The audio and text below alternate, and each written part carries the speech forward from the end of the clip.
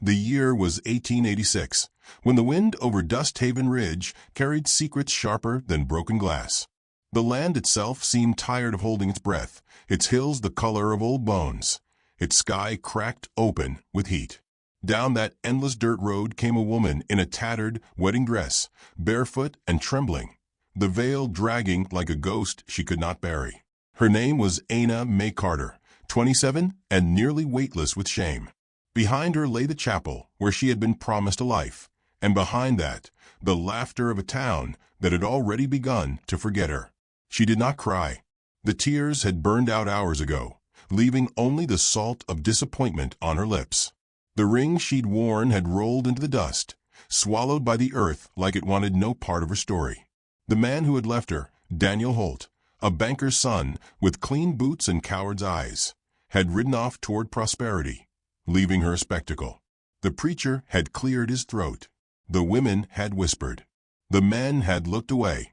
Aina had walked out into the sunlight because standing still felt worse.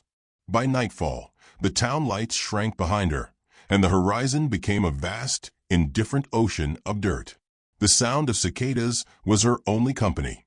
Somewhere, a coyote howled, lonely, familiar. She followed a dry creek bed until her legs gave out beside a fallen fence. The smell of cattle hung in the air, heavy and warm. She pulled her dress tight against the cold and whispered to no one, "I ain't pretty, sir, but I can still work. I can still breathe." The stars above blinked like they pitied her. At dawn, she woke to the slow clop of hooves. A shadow loomed, a man astride a chestnut horse, broad-shouldered and silent, his hat brim cut across the rising sun. He looked down at her with unreadable calm. Dust clung to his boots like history itself. "You lost." His voice was deep, roughened by years of wind and solitude. Aina hesitated. Her mouth felt full of gravel. "Just left behind." He studied her a long moment, eyes the color of rain that hadn't fallen in months. Then he dismounted, crouched, and handed her his canteen. "Water first. Talk later." The gesture, so plain and unassuming, broke something loose in her chest.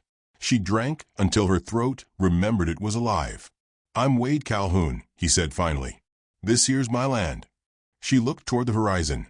Nothing but a sprawl of fence posts, dry grass, and the faint glimmer of a ranch house. "Didn't mean to trespass. Doesn't seem you meant much harm." His tone was even, but the silence afterward carried more kindness than words could. She wanted to ask him why he wasn't like the others, why he didn't flinch at the sight of her torn dress or the ruin in her eyes. But she only said, "I can cook." His brows lifted slightly. "I can clean too. Stitch. Mend fences if you teach me. I don't ask for pay, just a place to sleep." Her voice cracked once, small and honest. "I ain't pretty, sir, but I can cook for free forever." He stood there, the wind tugging at his coat, and for a heartbeat, the world held still. Then he nodded toward the ranch house. "Come on then." The kitchen smelled faintly of coffee and dust. The furniture was sparse, the walls bare but clean. Aina rolled up her sleeves and began to move, hands remembering the rhythm of usefulness. She scrubbed the stove until it gleamed, boiled beans, sliced onions, stirred stew. Wade said little, working outside until the sky bruised purple. When he came in, he removed his hat and sat, large and awkward in his own home. They ate without talking. The only sound was the clink of spoons and the soft hum she didn't realize she'd started, a tune her mother once sang when days were too long. Wade listened, gaze steady, as if the melody built a bridge between two separate solitudes. When he finally spoke, it was almost an afterthought. "You got family anywhere?" She shook her head. "Only what's behind me, and that's gone." "Then you'll stay here a while," he said, standing to rinse his bowl. "Long as you need to get steady." The simplicity of it stunned her. No pity, no bargain, just an offer that felt heavier than kindness. Days slid into weeks. She learned the shape of the ranch, the whisper of the windmill, the slow rhythm of hooves in the field, the way Wade's silence filled rooms like furniture. He wasn't cruel, just quiet, his strength the kind that asked for nothing in return.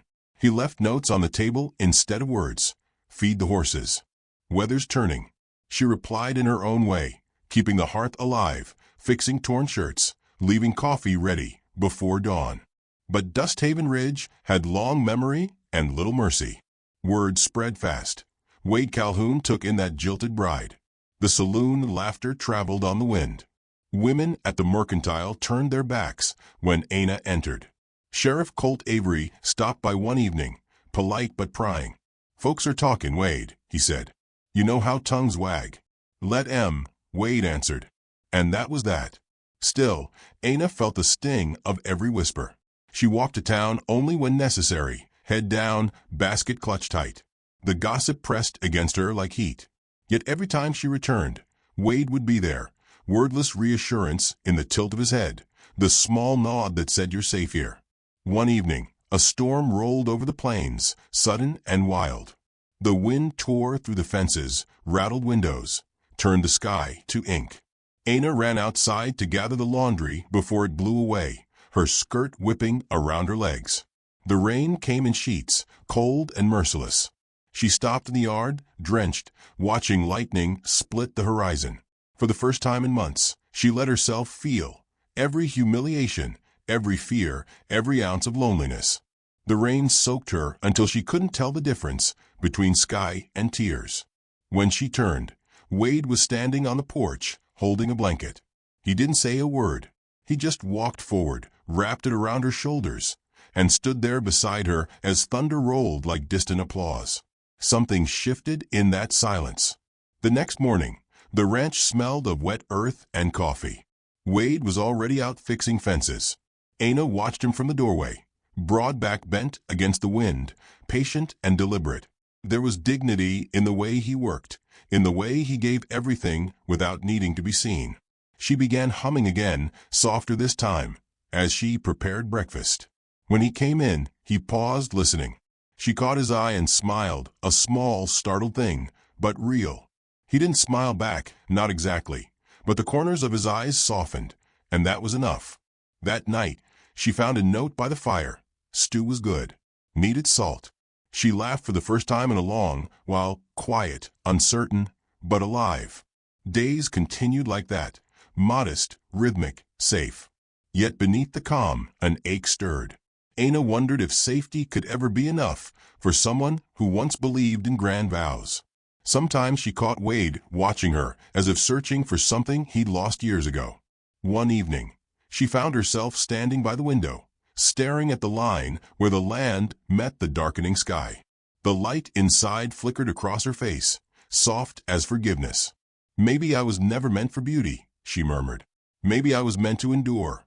Behind her, the floorboards creaked. Wade's voice came from the shadows, low and careful. "You're stronger than you think." She turned, startled. He rarely spoke at all after dusk. Their eyes met, hers wide, his steady. And for a heartbeat, the room held the weight of something new, fragile as the flame between them. Outside, the wind whispered against the windows like a warning or a promise. Aina's breath caught. She realized the quiet she had found here was not the absence of pain, but the space before something beginning. And somewhere deep inside, beneath the layers of dust and shame, a pulse of hope started to stir again. By spring, the fields around Dusthaven Ridge had turned the color of pale honey, and the wind no longer bit. It brushed. The ranch thrived in quiet rhythm, hooves striking soil, kettles singing at dawn, silence holding everything steady between them. Yet peace, Aina had learned, was fragile as glass. It could gleam for months and still shatter with a whisper. The whispers began again. At first, they drifted through the air like dust, light, aimless, cruel. In the diner, women leaned close over their coffee, voices sharp as pins. "She's still living out there," one said. "No ring, no preacher's blessing." Another laughed softly. "Men like him always fall for a sad story." Aina heard it all when she came to town for flour. She kept her eyes on her hands, nails rimmed with work and pride, and let the words fall away like rain. But inside, something brittle began to splinter. That evening, Wade returned late from the market, jaw tight, shoulders heavy with quiet anger. His knuckles were raw. She noticed before he could hide them. "What happened?" He shrugged, removing his gloves. Words got said. Didn't matter much. Did they talk about me? He didn't answer. That silence was answer enough. For the first time since he'd found her, she turned away from him. The stew on the stove boiled over. She didn't move to stop it. "You shouldn't have to fight for me, Wade," she whispered. "Not in town, not anywhere." "I didn't fight," he said, voice rough as gravel. "Just stood up." "For who?" she asked softly. "For me, or for your pride?"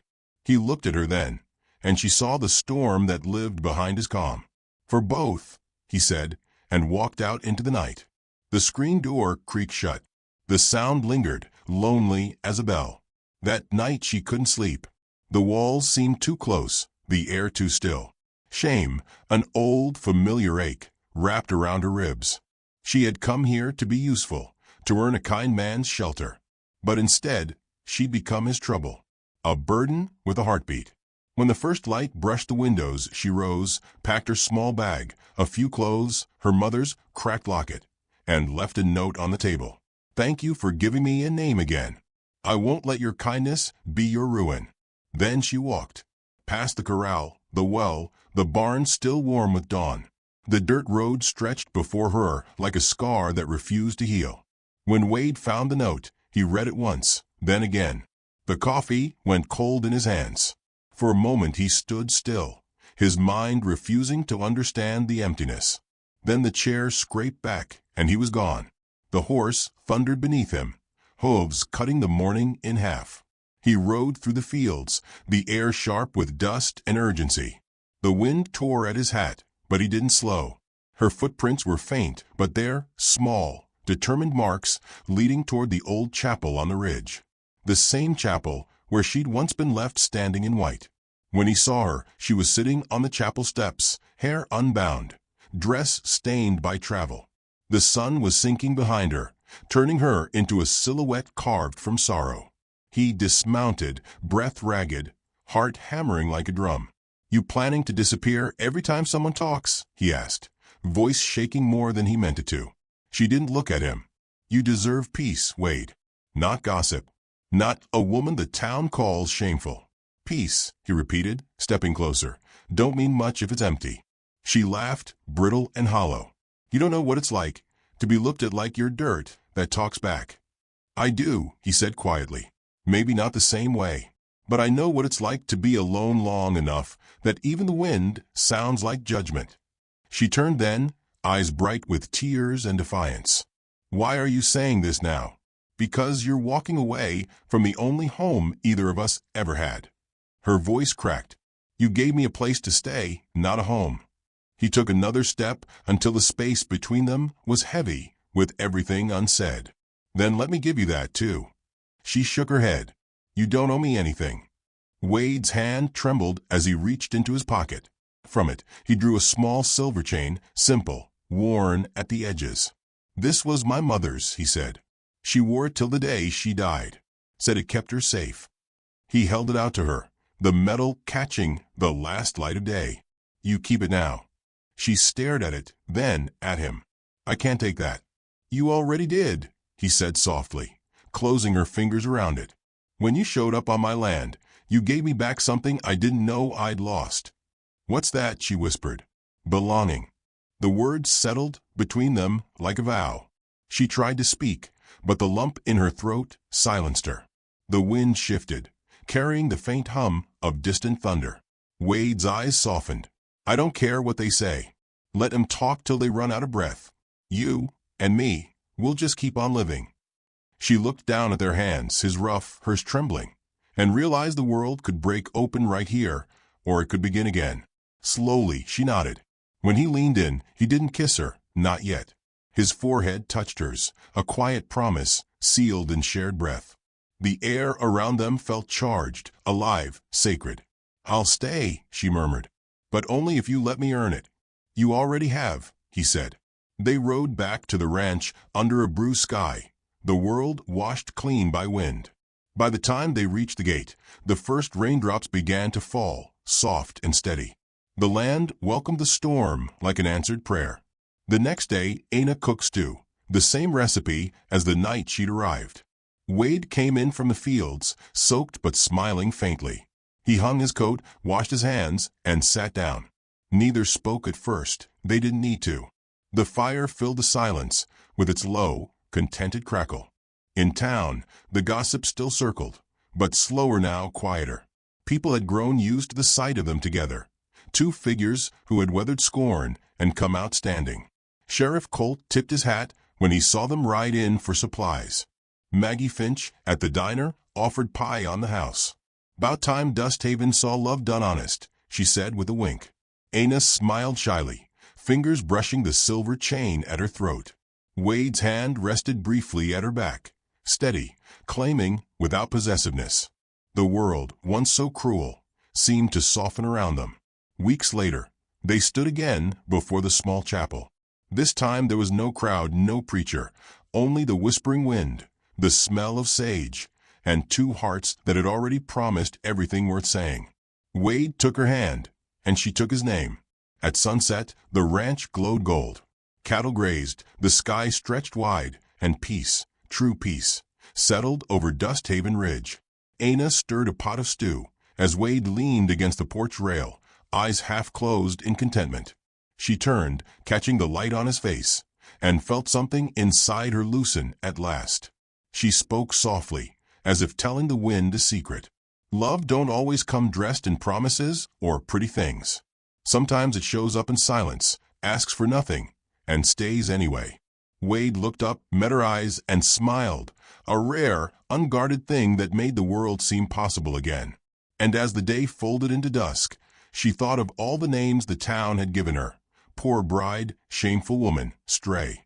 But here, in this quiet stretch of land and mercy, she carried only one name that mattered: home.